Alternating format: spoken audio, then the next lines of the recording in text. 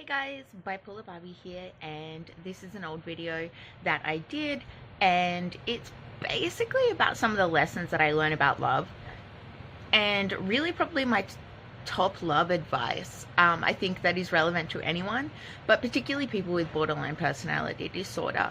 So here's just some of my thoughts on the issues that have popped up in my relationships and kind of things that I would do differently and what I have learned about them. So please watch. I think reflecting back on all of this hasn't just expanded my knowledge and my understanding of being borderline or my understanding of myself, but I think it's really changed my attitude towards love. I know that I will never be getting married again, mainly because I think marriage, it really doesn't mean anything at the end of the day. It's like a bit of paper. So what are the most important lessons that I've learned about love in summary? I guess know your worth. Really don't underestimate yourself. Really take some time to work on your self-worth, because I think then you'll have the confidence to basically walk away from people who don't see it, who don't value you. There are some things where you don't get a second chance. There are some things where I guess after the first time you have an issue, you do have an opportunity to communicate, to sit down and have a conversation. And I think people really, we're so disconnected from what we need in life. We're so disconnected from our emotions and from, sort of the meaning of our experiences and how they influence our behaviors and our actions on a psychological level. And we kind of just have this really sense that everyone is the same as us, so that our experience should be the same as their experience. And we're always comparing each other and kind of holding each other up to those standards of how we would feel in that situation. So I think really taking the time to try and understand yourself, understand your partner, and kind of work on a resolution. Be really clear. I guess sit down and set a list of issues, talk about them, make your compromises, even make a written list of what each of you kind of need to do to help each other out to achieve things. I know when I haven't had as much sex with my husband, the reason for that is because I didn't feel loved. I felt like I was being used.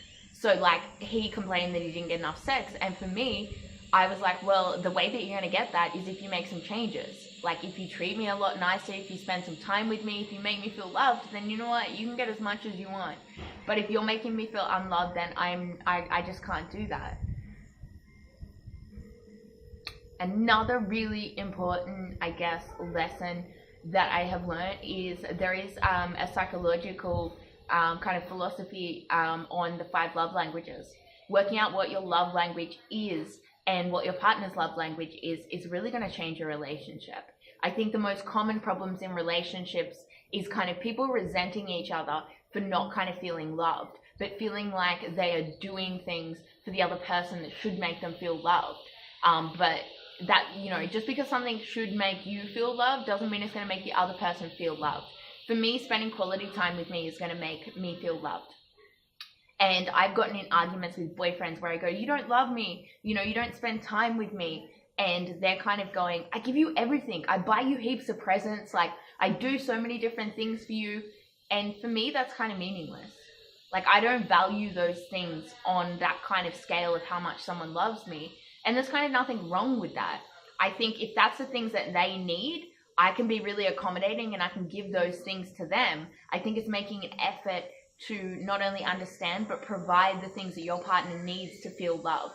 It's not just about showing love in the way that you want to show love. It's about showing love in the way that they need to receive love. And I think needs in general, understanding each other's needs, your needs really constantly change. And I think that's why the divorce rate is so ridiculously high in our day and age. I mean, life is obviously a lot more stressful than it potentially used to be. It was a lot simpler back in the day. And I think people just kind of stayed because they just had to make it work. Whereas today, we have, I guess, choices, it's just kind of people separate and that kind of happens. And I think marriage is not going to give you a sense of security.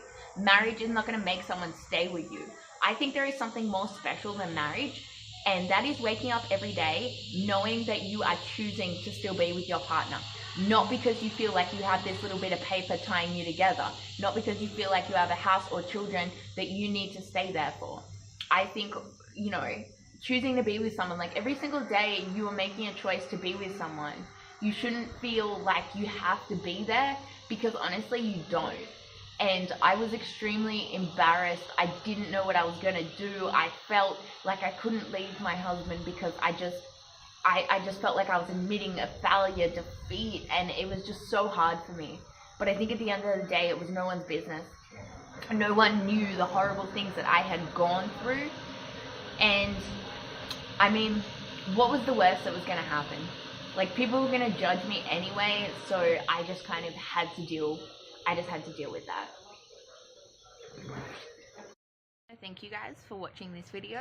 I would love to know your thoughts on it, and you know, comment down below. Feel free to share this video around, because you know, if you think that more people need to see it, please make sure that you give me a thumbs up. That would be really, really awesome. And if you're not subscribed to my channel, please do it for more awesome videos.